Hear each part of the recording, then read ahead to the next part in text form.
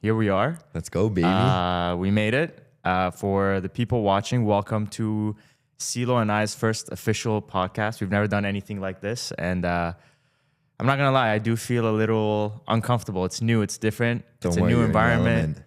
You're saying you're in your element. It's your podcast number 2. The first one I've done a bunch of different, not as nice as this studio build, done some like webcam type shit, but hey, we out here.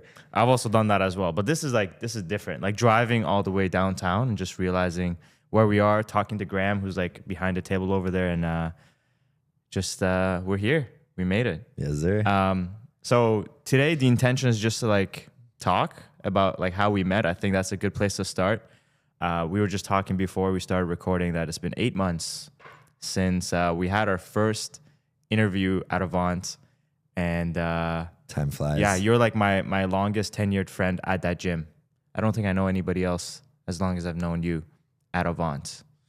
Well, there is like some members that I've known from before, but like from core team. Mm-hmm. Yeah, how do you remember that moment? That moment, that the interview day. What do you recall? Like, what were you feeling going into it? Definitely nerves. I think we were all feeling that. Mm-hmm. It's not only is it a high pressure situation. I mean, any job interview, you always got those nerves because like you care about it. Mm-hmm. But yeah, going in there because of what AVANT is and what it was marketed as before we actually knew, it's like, oh, okay, like we're going to be with some top dogs here. You know what I'm saying? So, and then we obviously know how the interview was and the interview process. Mm-hmm. Obviously, we can't disclose exactly what that was, but it was intensive, I guess you could say. So, yeah, man. What were your thoughts? So I heard from it from a coworker of mine. I went in, and after it was done, and I'd seen all the people go like before me, I was doubtful I would get the position, and it was feelings of like unworthiness and inadequacy coming up. And so I sent a voice note to a person I was working with at the time. And he was just like, just take a moment, realize that God put you in this position and you bring something to the table. So don't write yourself off so quickly. Because I was looking at, I don't know if you remember, but some people had like, I probably shouldn't disclose this, but people were doing like elaborate stuff in their interview. And I thought that, what I did wasn't elaborate enough, but who I was spoke more to them than anything else. So that was interesting. And just leading up to the opening of AVANT, that was an uncertain time as well, because we didn't know what was going to happen. A lot of limbo period. Yeah, we like a lot of work going on behind the scenes. That where are you at now? Like from when we opened up, right, to the point where I don't know, we're in January, so one of the busiest times of the year in terms of the gym, people wanting to follow through with their resolutions. Do you feel like you're on track with where you want it to be? 110, man. Like, and I say this all the time to people, members, whoever it may be, regarding AVANT. I guess we should maybe talk about a little bit of who we are. Yeah. But real quick, with AVANT, every gym says we're building a community, or every brand nowadays says, oh, we're building community. It's kind of like the buzzword of marketing, I feel like. And with that being said, we truly are building that here. And any and every member knows that. And you just walk through the doors and you feel it immediately. That's why we see the gym. Like I was there earlier today before we linked up, and it's a Sunday. It's now the 3rd week of January, which time flies. Yeah. And this is now where people's resolutions fall off. Right. Yet it's still busy. Right. And we knew it even in December, it was still relatively busy, or at least steady. Right. So you're not going to be at a place as a gym and as a whole without having a community there, if that was the case, or if that wasn't the case, I guess I should say.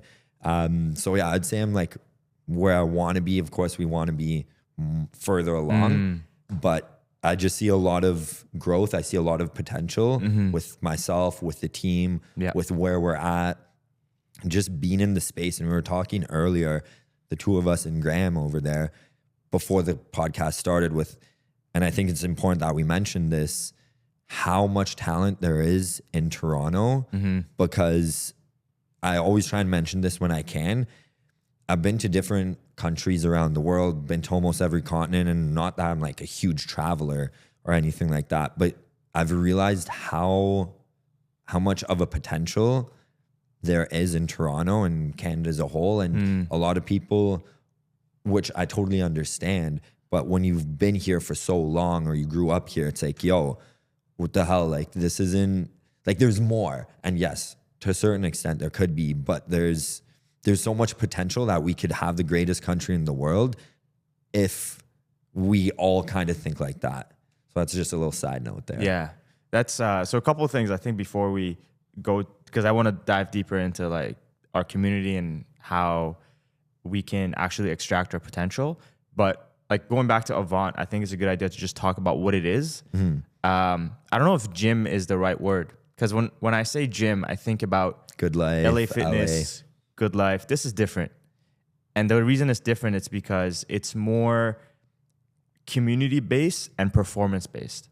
So like people come in, you know, if I were to do a one-liner, it's like a club where people come in to maximize their potential. And they have access to the tools in terms of, you know, we do the scan every 8 weeks, a full body scan. They got classes that they can take. When I talk about it, and as I actually like take the classes as well, I realize how grateful and blessed we are to be in that space. Like I never did reformer Pilates before Avant. I would Pilates never. Prince now. Pilates Prince. PP, let's go. I don't like that nickname. Pause. PP, no PP. But just doing. Have you taken any classes recently, like reformer? No, not or any other modalities other than boxing. No, I've taken LF3 recently. Okay, we did that together. Yeah. Recently, I want to say, bar. Bar was good. Now that was Crystal. Yep. That's a good class. Shout out Crystal.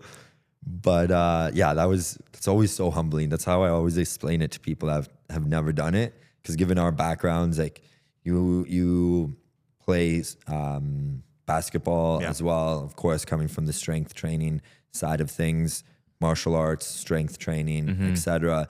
When we walk in there, because when we were training, we had to do it, right? So for the audience, we walk in there and all of us are thinking, yo, it's going to be Gucci. Like, this is light work, fam. And then next thing you know, we're all walking out like old grandpas and grandmas, like, shit. What was the first class we did all together? I want to say spin. It was spin. Or either spin or LF3. It was spin. Or both. Wait. No. It was probably same day, because remember, we were doing like double, triple. Multiple, yeah. It was, so when we did spin, I had a lot of fun because it was like conditioning based. But when we got to like the hot Pilates, I was like, this is a whole new game. And I haven't done one of those classes at Avant yet. It's on my list, and I've promised multiple people that I'll do it. So I'm going to get to it. But I'm like making my way through, you know, I can only do so much in a week. I think it's just cool that we're also like the culture of innovation and like feedback gets implemented quickly. I worked at LA Fitness before where there was so much bureaucracy. Like if you wanted to make a change, oftentimes it would get shut down right away. And even if it was like a valid idea, I felt like higher ups weren't necessarily in support of it. Well, I think too, and this is just how society and culture is going, and we're, like you just mentioned, on the cusp of it. We have different modalities, and like, I hate using this word. It's a strong word in itself, but a very holistic approach is we have, you know, Pilates, yoga, et cetera, et cetera, et cetera. Cold plunge, sauna, steam, everything under massage chair, recovery boots. Everything under one roof. Yeah. So a lot of people, because we're trying to get so optimized now, how else are you going to do that if you're not all under the same roof, right? And then you don't have to worry about going here, there, and everywhere. That's number one. But also number two, it's kind of like the way the world's going, if you will, and gyms are going. You see a lot of gyms, I'm saying in the States, because we're kind of, behind, if you will, what's going on in the States. Yeah. So you look there, there's already things very similar. Yeah. But not the exact same. So I think this is kind of the first of its kind, and then it's going to sprout from there, because everyone's going to see and look and be like, oh, okay, this is something that works. And I guarantee you all those other like big box gyms, they'll follow suit in their own way. Something that comes to mind when it comes to this topic is resources versus resourcefulness. Okay. Like, I find not just my clients, but members, they really have all the resources. Even ourselves, like we're living a world of limitless resources. But what actually stops us from making the most of those resources is resourcefulness. So being able to understand, for example, we see a lot of people that overdo it. Like, they're training 6 days a week. Their stress hormones are way up. They're not sleeping. They're not recovering. And they're also not eating well because of the stress and the sleep. And as a result, they're not either losing the fat or gaining the muscle, which is like the most common goal I see people talk about. What do you think differentiates somebody from, I guess it's a mentality of just like being or trying to get somewhere versus using the resources within themselves to make things happen? Now, do you think it's that and or systems / habits? I think it's a combination. Those feed into each other, because resourcefulness is a habit in and of itself. So are you saying with going too much that it's too many, they have too many resources, and just take this as like a whole? Yeah. Like, it doesn't have to just be from AVANT, can just be as a whole. Like, do you think people lack the resourcefulness or lack the resources or dive deeper into that? I don't think we lack resources, because you can go on chat and literally get answer to any question like fairly accurately, or even Google, or like you can find any book for free online. So I don't think resources are the issue. I think what is the limit is the mental conditioning and like the belief system that somebody has around something. So you look at people that have money, right? We hang out around a lot of people that have money. What is different about their mentality? Money is just easy to them, and they think about creating value rather than getting something for themselves. And I know, like, for myself, in times where I've struggled financially, I've been like selfish, but there was somebody there to be like, or I've been lucky enough to have people in my corner to be like, oh, it's actually not about what you get, it's about what you give. And so it's interesting, because resourcefulness, I feel like, comes from within, but it's also a trait that can be developed, because as you grow more and more, you have to be even more and more resourceful. You'll face different kinds of adversity. The figure it out muscle has to be part of your DNA. Otherwise, you're just going to sway with the wind and just be at the mercy of everything that's happening. No, and I feel like this is very similar, or kind of on the same topic subject. What are your thoughts on how someone or people can use what they've done in the gym into real life? Because I had this thought and I wanted to bring it up on the pod, so I'm glad I remembered it. Nice. But I was thinking, like, we see, and anyone that goes to a gym knows, weights get scattered everywhere. Yeah. 17 and a halves are where the 22 and a halves are, and etc. Sure. So what that tells me is laziness. So it's like you go to the gym and everyone talks, oh, I'm disciplined, I'm this, and whatever stupid ass buzzword there is. I always think, well, if we're going to the gym, and maybe this is the martial arts Mm-hmm. background in me more so. How do I translate this into real life, or how do I translate real life, everyday life, Yeah. into the gym? Because there's high income earners, and we know that not all of them, and this is just as a whole, are super healthy. Sure. So how do we, going back to that good old word, holistic, how do we have that holistic view of, okay, what do I take from the gym and how do I apply that to my everyday life? This is also kind of like a training philosophy. Yeah. But how do I take that into real life? Another thing, like dudes going into the bathroom. Can we stop? It's 2026. Can we aim, please? I swear to God, going into a washroom and seeing that, and again, a gym, and we're talking about discipline and motivation and this and that, but you leave your weights everywhere. You're being lazy. You can't even aim. My guy, what do you like? How do we expand this further? Yeah. That's this is why I don't use the men's change. I use the private change room. I don't use the men's change room. That's a good question. I feel like it's almost like people aren't there. Like they're just not where their feet are. Like their mind is somewhere else. You see it all the time with people training as well. Like you can tell when somebody's actually present with their training versus they're just trying to get through it, like rep it out, go super quick. Because you can see form kind of like give up, give out, and they're just like not in it.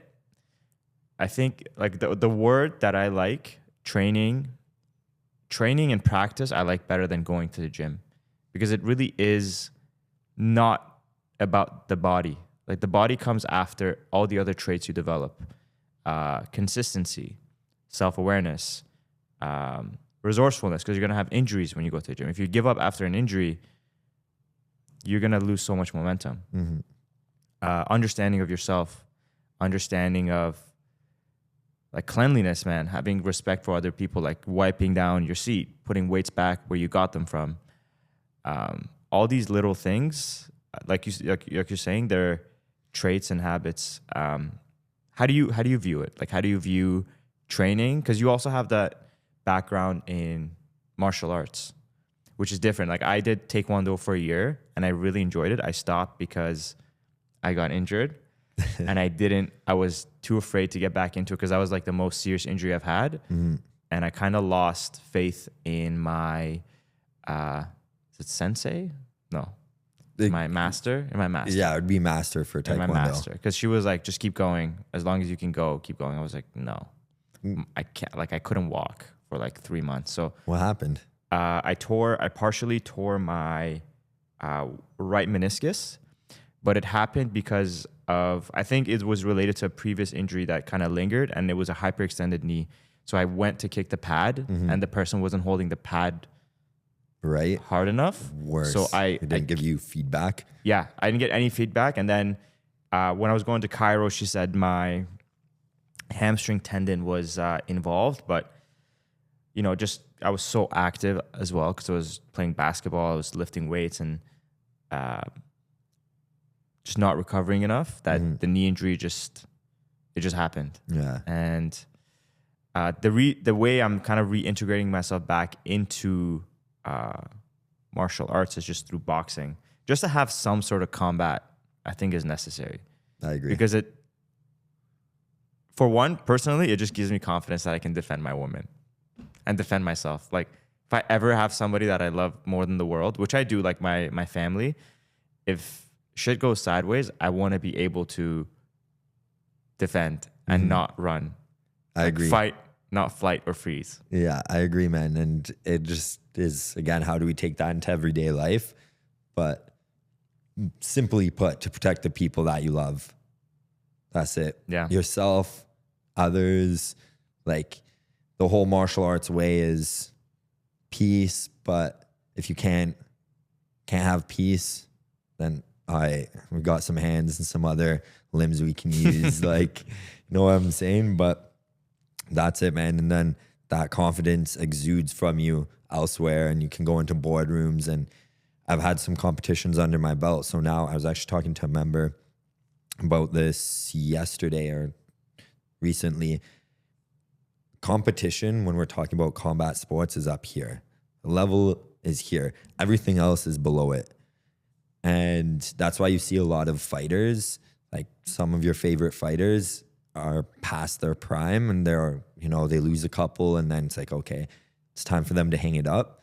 They can't hang it up because there's no feeling in the world, the adrenaline and all, like the highest of highs and the lowest of lows. And you can't find that anywhere else. So it's like, why would I not try and chase that? That's in a healthy manner, right? So with that being said, combat sports or martial arts kind of has that effect on you when you're in it for so long that there's no other feeling like it. And like we're saying, it gives you that confidence that, okay, I can handle myself in these high pressure situations. Then I can handle myself anywhere. So speaking of combat sports and training, what are you doing on a weekly basis to build the person that you want to be? Oof. Nice. In terms of training, obviously. Yeah. So in terms of training, I'd say I'm getting a lot more consistent now. I've figured out a roadmap of what I want for this year. So it's a balance of strength training and Muay Thai. Nice. I will eventually get back into grappling and MMA, but that's like jujitsu? Yeah. When you say grappling, that's like jujitsu, right? Or does So it mean anything else? Well, it could mean wrestling, could be BJJ, could be judo. So a broad umbrella or term. But yeah, I want to get back into that. And why? Why do I want to get back into it? It's just a passion and a love of mine. Okay. And I want to compete in MMA as well. Okay. So going to be hard if I'm just training Muay Thai. True. You want to be multifaceted because you don't, like, you got to address your weaknesses. Yeah. Well, I mean, for MMA, you have to train multiple modalities. Right. Which is on par with AVANT, funny enough. So currently it's kind of like 3 and 3 or 3 and 4. Okay. 3 strength training sessions. I've now... what do you do on those sessions? Included conditioning. Yeah, like everything, like from the moment you step in the gym. But like tactically, what are the things you do? So I have an upper, like a push-pull day. Okay. Like a Monday, Wednesday, Friday? Or it's just let's say it's something like that. But it's 4-ish days. Okay. So again, upper body, push-pull, lower body. And then the third day is either an upper body, like explosive day, or a lower body explosive day. Okay. Kind of just depends on how my training is going. And then I try to make certain days, like my leg days, I don't put them back to back with my Muay Thai. Right. Just because it would be, not that it would be too much. It just wouldn't be it'd be too much, I guess you could say. Yeah. So, that's kind of the split right now. Okay. What's yours are looking like? I'm doing 3 days of strength and conditioning until end of Jan. And then over the following 4 weeks, I'm kind of going to ramp it up to more of like a strength-based routine. It's a Monday, Wednesday, Friday. I'm doing full body right now. So I've got 2 compounds. It's kind of like LF3 inspired, to be honest, the programming. So 2 compounds to start the workout on each day. So for example, Monday is split squats and pull-ups. And then in my accessories, I don't know exactly what I have, but I have, I think, lateral lunges or like lateral curtsies. So some sort of unilateral movement and more athletic based because I do want to maintain a good level of athleticism. And athleticism I define as like speed, power, the ability to produce force. So speed, how quick I am, and injury resistance. So I think availability is the best ability. So mobility is 2 other days. So strength and conditioning, Monday, Wednesday, Friday, Tuesday, Thursday, mobility. And that could be, that I split into upper and lower mobility. So I'm working on internal, external hip rotation, shoulder mobility, neck mobility, feet on the lower days. Those only toes. Only toes. And then Friday, I got basketball in the evening for the next like 6 weeks. And then Saturday mornings, boxing. And then Sundays, I do 2 days of active recovery. So on my 1 day of like for certain on Sundays, so like doing nothing. And then I try to. Last weekend I went skiing, which was not active recovery. That the snowboarding actually killed me. Monday I was sore. I couldn't do anything. That was my your first. ass was probably hurting from falling because that's everyone's first experience. It was but actually my shins. Shins? My shins from How? like trying to break. Oh, from like From trying like flexing. to carve? Yeah, flexing and like extending. Like my shins still hurt actually. But that's from. Did not expect that, but it makes sense. Yeah, because I'm still learning how to break. I was falling, but I feel like I did a good job of like developing my booty muscles. You had some cushion or what? So I got some cushion. You got so some it was cushion, good. this It's guy. good. The booty is good. The shin is not. Not so much. Um, Yeah, with my training, what I've been doing lately too is having the explosiveness at the beginning of the workout. So the upper body day, I try and do, I do plyos. So plyo push-ups. I've been using a lot of resistance band for your plyos. Just for like that development. So a lot of like pulling and just pull and rotation. A lot of contrast training. Yeah. I know that's I love the 3. team. That's a little bit, what's the word I'm looking for? Not sure, it's escaping me. But anyways, so doing a lot of that because same thing. I don't want to lose explosiveness and I don't want to lose speed. And also because competitions are weight based and I gotta watch that. So I can't put on too much size. Right. I was thinking, let me bulk this winter. Yeah. But then I'm like, well, now I want to compete again. So that doesn't really work. Right. So I'm trying to same thing, have that. And then same with my lower body days is put the explosiveness and plyos and all the dynamic work at the beginning. Yeah. Or that kind of contrast training as well. Yeah. So find that helps. That's pretty solid. That third day that I was mentioning, still same thing. It's kind of like, okay, where do I feel like I'm weak? Where do I feel like I need some more development? And then depending on how the body's feeling, because some days the lower body is just not it. And we know with training, I could push it, but now I'm going to be at a more compromised position. Yeah. And like when you're talking about power and putting on recover. weight, exactly. You have to recover. Yeah. How do you think about explosive and athletic training? Like what are the principles that you created your training program on? So very similar to what you were saying, if not the same, but I would say power and velocity. Okay. Power is velocity. So how quickly can you move a weight and how quickly you can and how much weight can you push. Right. Now, with that being said, I'm still looking more on a speed aspect rather than a weight aspect. So quickness rather than load. Correct. Okay. Because I'm thinking, okay, I'm going to get my load from my compound movements anyways. Pause. That smile said it all. And that's going to be on that end. And then I'll get the explosiveness and speed from the contrast training, from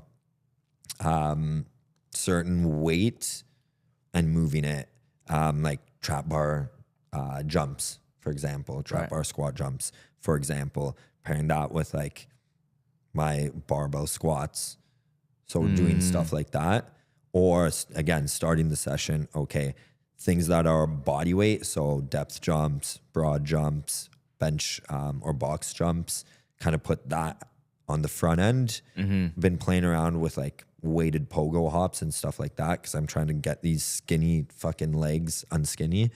But I thought you were trying to put on weight. I'm not, but even still, it'd be nice to like grow them a little bit. Okay. You know what I'm So saying? you are expecting some weight gain.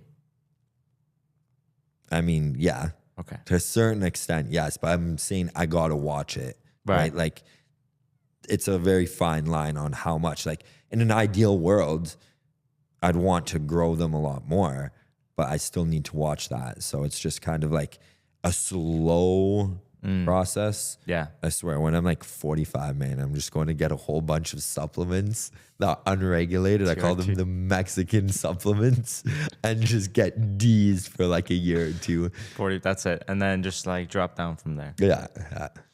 I feel like I've seen you put on some mass. Thank like, you. I feel like, I'll take that. Like, would you agree? I mean, it looks like it and it feels like so. it. Even when I'm okay with the weight, obviously it transfers and I can see I'm pushing a little bit more weight, or the weight that I am currently pushing slowly starting to feel a little bit easier. But even in like, it translates into my sport. Yeah. So I can see my conditioning is finally getting better. Nice. And then even when I'm throwing my punches, my kicks, knees, elbows, feeling good. I'm feeling like a lot more sturdy and a lot more explosive, which is exactly what we'd want. What you want, yeah. Side note, for combat sports athletes, they're starting to understand it now, but the necessity for strength and conditioning it's just a necessity. Like, because a lot of traditional martial arts, karate, taekwondo, shit like that, they kind of like steer clear from it, and not because of a weight thing, like a weight class thing, just because they don't want to put too much weight on the body. Sure. Or too much muscle, because then Makes you conditioning wise, exactly. Yeah. But even with that, like, you want to build a robust engine, and you want to be able, one of my last coaches in Muay Thai, it's called crew. One of my last crews, he always would say, and it stuck with me, you need to build a body capable of taking damage, because no matter what, you're going to get hit. Like, this is not going to be the Matrix, and anyone that knows. Sure. Yeah. So being able to withstand that and being able to have a body that is capable of that. Yes, you get that through your skill conditioning, through your regular classes, but you need that extra little bit. It's like if you and I were to go into the ring and let's say our skill's the same. Okay, now what's different? Well, now it's got to be some type of strength, conditioning, speed, etc. Right. If our skill is just about matched. Right. So that's kind of how I think about it as well. Yeah. Or mentally as well. Mentally, you could be mismatched. That so you want to create a body that can take damage, because that's any sport, but you also have to train the mind to be able to stay calm under pressure. I've read Kobe's book. I've read Stephen Curry's book recently. How's Steph's? Because I've really good book. I've read Kobe's The Mamba Mentality. banger. Really good book, and just the storytelling aspect of it was really interesting. Steph was inspired by Kobe, I can tell, because he had some images, and he kind of goes through the different phases of the seasons he was in and how he kind of navigated them. Because, he had I think 3 ankle surgeries in the first 3 years. I did not know that. Yeah, so he didn't know if he was built for the league. And then he rebuilt his entire anatomy based on stability and really basic fundamental training principles, which comes from like the feet all the way up. Your favorite. So he rebuilt that, and he was able to, he still has injuries here and there. Like, he still has, he's had unstable ankles like for his whole career, but he's much more resilient now. And he's just, the way he trains his mind. One of the things I took away from the book was he trains the breath to have access to it in times of like utmost pressure. So his trainer would put a sandbag on his diaphragm and then ask him to breathe and use his diaphragm. Because in the game, the only way you can slow down is through the breath, or even in life in general. Like there's no other way you can get, I don't know of any other way you can get out of your mind and get into your body, into the present moment. I'm sure there are some other strategies like self-talk, but the breath is like so instant. It's immediate. You can tune into it. And yeah, that was a really good book. It was like, I don't know, I got through it really quickly. It was a good read. Think about when people have like an anxiety attack. That's the first thing, like bring the breath down, do box breathing, or look like the 3-2-1 or 4-3-2-1, whatever technique you want to use. But it all usually starts with the breath, and then we move from there. Going back to your training, I see you taking different people's thought processes. I was going to say modalities, but more so thought processes and philosophies. So what's your thought, or like, how do you go about that? Why do you do that? I know we've probably talked about it, and I have my own thoughts on why, but yeah, dive deeper into that. So like learning from other people. Yeah. I think it's all about experimentation. Like you don't really know what works best, and you always have to be open to what others are doing. It's kind of like a white belt mentality at all times, because what you do Solid analogy. Solid analogy. What you think works so well can also be limiting your potential for the next level. So you have to be okay with abandoning what you think is the right version of reality for another version that could better serve you and then ultimately serve other people. And so I've trained with, I think, nearly everybody. We haven't trained together, actually. We trained like very briefly, but we haven't actually, I actually haven't done your training, or you haven't done my training. We need to do that. But I also learned through just observation of just like watching other people do it in the gym. And it's just an open-mindedness to be able to say, okay, that looks like I can understand the principles behind it. And because I kind of know you guys now, I can understand why you do the way you do. And I kind of just put it into my own training.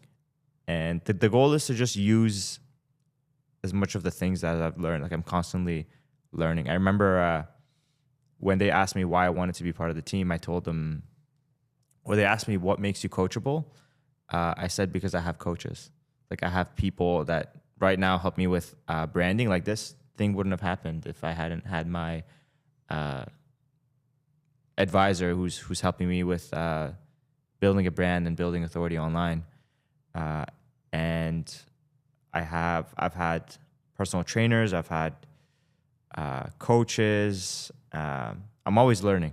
And I think that is very important because one, your brain needs to learn, but two, we live in a time where things are always changing. So if you're not open-minded, that actually means you're eventually going to die out.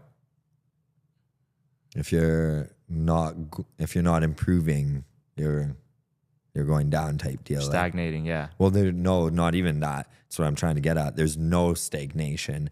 There's like a thought process that some people have. You're either improving or you're going down. Because if you think about, we want to get all hippy dippy here. Let's do it. You think about how seasons work, how Mother Nature works, the universe, God, if you will, whatever kind of thought process works for you. But it's always in a constant change, always in flux. What I like to say is we're surfers all riding a different season. So your season may be grind mode. Like when we were training, that was straight fucking grind mode, right? And then open, grind mode. Then there was a little bit of a break, back in it. So everyone, and I think the biggest thing is recognizing what season you're in, because there's a lot of shit out there that's like, oh, you need to rest. You need to have balance, which I also think balance is bullshit. But you need to have this or that. It's like, I think you just need to, one, have self-awareness. But again, understand what season you're in, because then you can make systems, adjust habits, do what you need. And you like, if you understand, okay, this is going to be a season of grinding, then you're not beating yourself up of not seeing your friends as often or seeing family or working all the time. But then if you understand, okay, I'm more in a season of not relaxation, but more of recharge. Look at my systems and my habits. Maybe I want to change some things and it's going to take some time. Okay, not beating yourself up over, okay, I'm maybe a little bit more frustrated or it's taking more time. Maybe I'm not, grinding as much, but I'm doing these things. And I think that's huge. I agree. And I'm curious, do you have any rituals or routines or habits that allow you to step back and look at what season you're in and recalibrate? It's a good one. I recently started getting into journaling again. I've like been on and off with it. Journaling, actually poetry, started getting into that. Just like forms of writing. Yeah. I find, if you know me, I seem like a pretty like chill, calm dude, or at least I think I do. But internally, like I'm actually thinking about a lot of things. I'm always scheming, I'm always plotting. Like there's always something going on there. And I found that really helps. My version of meditation, if you will.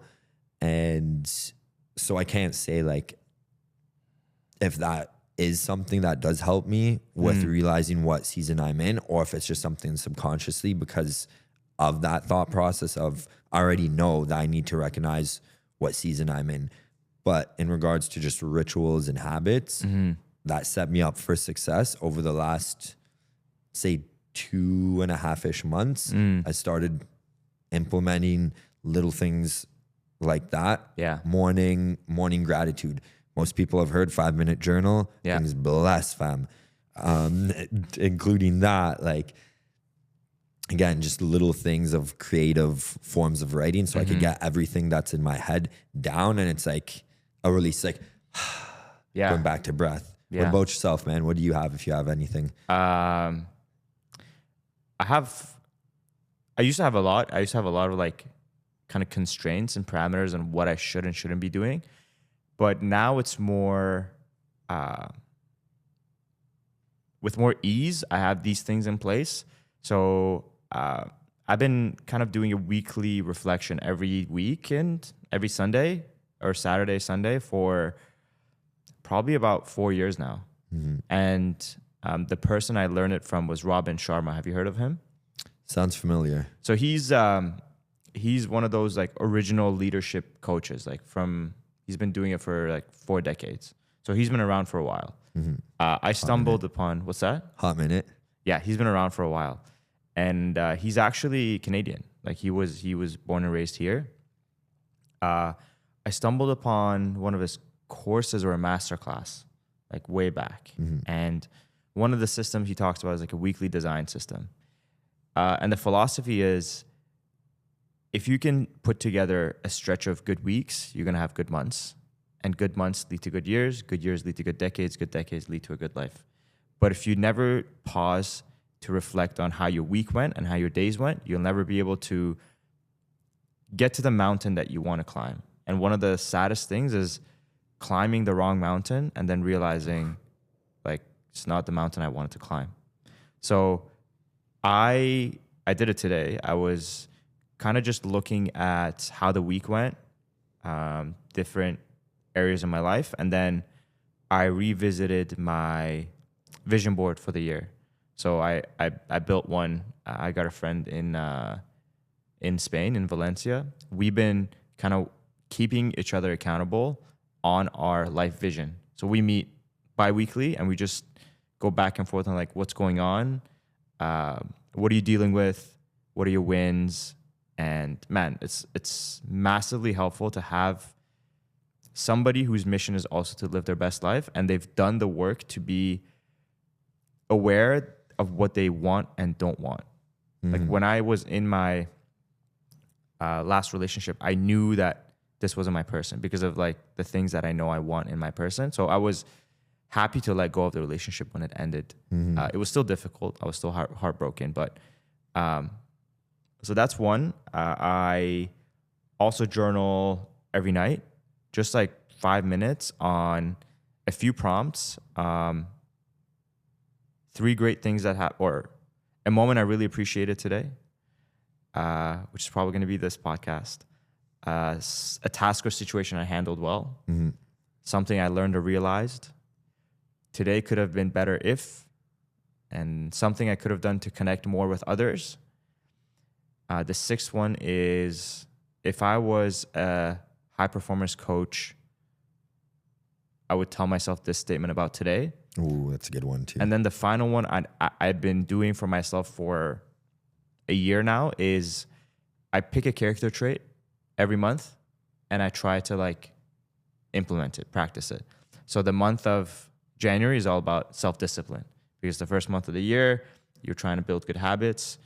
And so I'm focused on just making tiny changes to my habits around food, because food is can be an escape for me, or has been. Like eating food, not an escape, but like maybe more so just an unconscious decision. When like stress or loneliness or boredom hits, it's like food, and that's it. So available, right? So I set an intention around how, first I review how I practice self-discipline today, like how it went well, and then how it didn't go so well, like a situation that I didn't really apply self-discipline well. And then I write a note on my intention on how I can do better tomorrow. So that, I feel like that gives me a lot of clarity on approaching the day. And usually I'm very protective of my mornings. Like when I wake up, I do believe that your brain is in its more prime state. I do believe that the subconscious mind is extremely powerful. I do believe that designing your morning makes a big difference. And so what I try to do is water. I don't really look at my phone, which is why I miss a lot of texts and like calls even. Like I've missed like clients texting me the night before that they weren't coming to the gym in the morning because I don't check my phone in the morning. I just go on the subway and I know I'm going to be there regardless of, and I'm okay with the client not being there because I'm okay. I've woken up, I've already done my thing. Usually I walk my dog. Shout out Mickey. Shout out Mickey. I did that this morning. And so, yeah, I've had like my rituals have evolved, but I think there's certain things like reflection, movement, and like silence that I try to have every morning and every night just to reset and ground myself. I think a good theme that we're kind of touching on is self-awareness and just realizing what works for you may or may not work for someone else, but doing something that will better you and realizing what that something is. Like, again, there's a lot of things out there, morning routines that take like an hour and a half plus. Like, okay, who has that amount of time? You're going to tell me that a parent that has to deal with kids is going to have all this time? Like, no, you got to figure it out. Right. And figure out what works for you. Maybe it's like waking up earlier. Maybe it's going to sleep earlier so you can wake up earlier. Maybe it's doing something we mentioned or a combination of things that we mentioned. But man, I found that it's helped so much with the writing and the morning, like gratitude. I just have my coffee as I'm sipping my coffee. And it's also helped me eliminate some other things. Like now I have a little bit more energy or a lot more energy. I don't need a second coffee every day now. Sometimes I do just because one, I do like, and I'm also a bitch when it comes to my coffee. Like I gotta have some sugar, gotta have some cream. Unless I'm in fight camp, then okay, I can deal with it being. You're a little coffee connoisseur. I've seen you with at least like 3-4 different types of coffees that I've never heard of before. Man, because I know you love your Tims, my guy, but like we're in my Tims. We're in Toronto, dog. Pay the inflation price of $5 plus for a good cup of coffee, or if it's not good, you don't go back. But just pay it. I'm telling you, it's an experience. 100%. I agree. I'm not like a coffee hater. I'm not. You think I'm a coffee hater? No, I know. I'm just busting your balls. Yeah. But No, I'm down. I love coffee. But I've also, with caffeine, it's interesting. Have you ever taken a long, I don't know if we've had this conversation, but have you taken a long extended break from caffeine? we've had this conversation. But yeah, right? I don't see the benefits. Do it And and then you'll understand because you don't have a contrast right now. because I've done it before. Oh, you did? I'm half like talking shit, but it's also I've done it for can't remember, maybe a week, 2 weeks, and okay, maybe I need a month, but nothing got better. It's just like going vegan. Like shout out to people that can go vegan or vegetarian. Though, most vegetarians are fucking lying because I've had bare friends that were vegetarian until they start drinking and then all of a sudden they're not. But all joking aside, like I haven't found my life got better Okay. from not having coffee. Sure. I know that too much is of course not the best. Yeah. Not good. What I do with caffeine, if I have a second coffee, I try to limit it before like 3 or 4 o'clock. Because then I start to get a headache. It's not even that I can't sleep. I just start to get a headache for whatever reason. So with that, that's kind of like the ground rules I have for it. But I see. Yeah, I mean, it works different for everybody.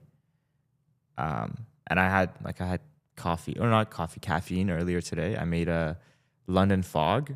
You know what that is? So I've heard of it. I don't know it's exactly Earl what Grey it is. tea plus milk and sugar. That's like what it is. Or steamed milk, Earl Grey tea, and sugar. I made it with, I don't have a steamer, so I did it with coconut milk and a bit of like half a scoop of protein. Yeah. And I stirred it, and then I added the Earl Grey tea. It was fire. It was really good. Yo, it hit? Yeah, it hit. Okay. It was really good. I think I might be whey intolerant. What makes you say that? My stomach started kind of rumbling after I had that. And usually when I have breakfast, it doesn't. Usually when I have like coffee, it does that. I guess it could have been the caffeine from the tea as well. I'm not really sure. But do you usually get that from caffeine? Yeah. Yeah, I get bowel movements. Yeah. And I think it's documented that it's a good laxative. Anyways. That's why I love my morning coffees, man. Feel 5-10 pounds lighter after. You should do that for your weigh-in. No, because you want the least amount of fluids possible. You want to be like basically starved.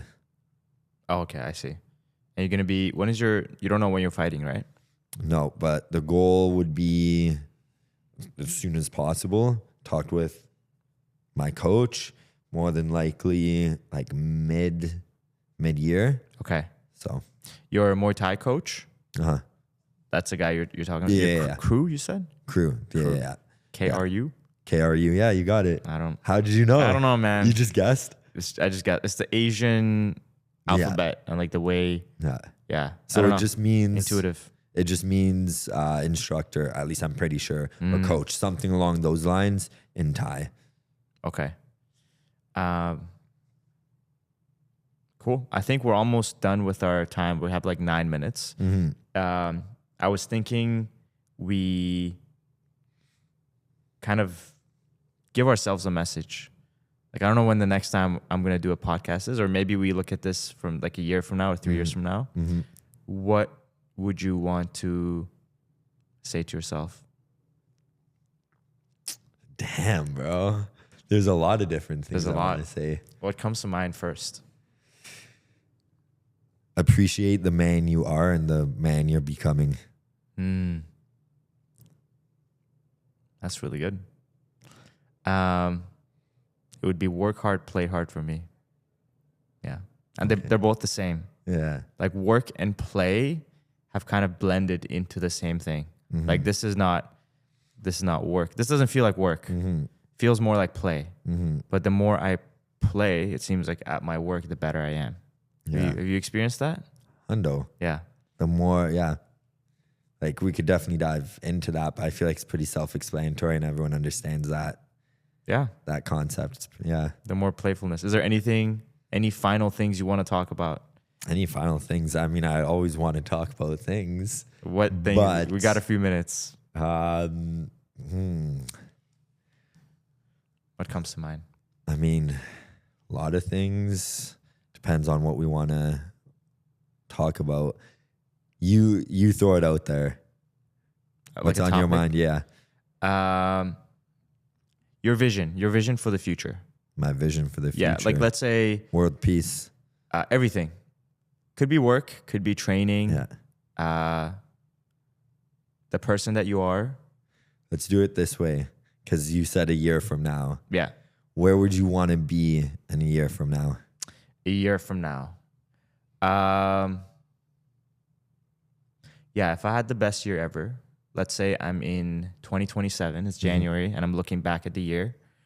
I want to look back at the year with better connections, like not just like business connections, partnerships, close relationships, like family and friends. For some reason, that's coming up as like the most important thing. 2, I'm solid financially. Like I've built some really good habits in the last 3-4 months. I want to continue building on that over the next year, and kind of being independent of economy. Even though you can't really be independent, like you're always part of the economy, but independent of the sways of economy in the sense that more rationally thinking about the ups and downs of economic seasons. So more sophisticated in terms of understanding the marketplace and economy and, you know, why people pay for stuff, like a better sophisticated businessman, if you will. And physically just want to be an animal, bro. We're 0-2 in our basketball season. And I've wanted to join a rec league for a really long time. This opportunity came up out of nowhere, but for some reason it came up again last year as well, but I said no because it wasn't the right time. This time I said yes, and I realized how much I love competition, which we don't really get. Like at AVANT, we don't really, like, it's a community, you know, it's tight, but I want that. I love that feeling of going against people and there's like something on the line, whether it's pride or, I fouled out on my last game. I watched the film and I actually had 3 fouls instead of 5. So they said I had 5 fouls. They took me out of the third quarter. So my team was playing with 4 men instead of 5. Anyways, I got to let that go because I can't control it. We come back next week, we get stronger. But I would say just more competition. Okay. More competition and being involved in sport, whether it's basketball or something else. Like basketball is something that I've loved. So I think it would be cool to make that more consistent or join other leagues, more competitive leagues, because you also meet, it's just different. It's a different spirit. It's just a different spirit and something that I feel would really benefit me. So those are the things I would say. Yeah. Fire. If I had an amazing year, keep it simple. All right. Manifesting that for you, man. For myself, I wrote, like, before the year started, a theme for the year. And if I had to choose one word, what was it? What would that word be? And it was motion. Everything very similar to what you're saying, but whatever it is that I'm working on, to have those things take off. So with our career, have that take off, have more clients, be more engaged, more involved with, I do fashion on the side, take that off. With Muay Thai, start competing again, take that off, take it, you know, as far as I can take it. With journaling and I guess you could call it creative writing, bring that, like take that off. And then connections as well. It's one of the biggest things we were talking about again earlier before the pod started, is the connections and the community and what Toronto has to offer. Yeah. Coming from, shout out my Barrie squad, but coming from the 705, like it's a lot smaller town, city. So making roots, making connections, building a network here. And that's one of the many reasons why I always knew I was going to be in the city. It's just a matter of when, not if. And I didn't realize how much I would enjoy it. Like a few years ago, when I was going to George Brown, I was here, but that was like 6 months. So, and I was younger, and it was just like that timing was clearly not the right timing. That's why I didn't stay for that long, clearly. But now it's right timing. It feels right. And it's just about taking it to the moon and having that motion. I love it. Yeah, when I think of motion, I think of like activity and doing and just constant movement, because you're always moving. It's just which direction you're moving in. Yeah. I love it. Forever I think forward. that was a very successful first pod. Let's go. Great job. The awkward dab up. I'm going to try not to hurt this mic and get Graham angry over there. Well, that was fun. Yeah. Agreed. This is going to be, I'm excited for how this turns out. I mean, it already turned out great. So thanks for being here. And yeah, well, I guess we'll catch you guys next time. Bless. Thank you for having me, dog. Cheers. Nice. Let's go. That was fun, man.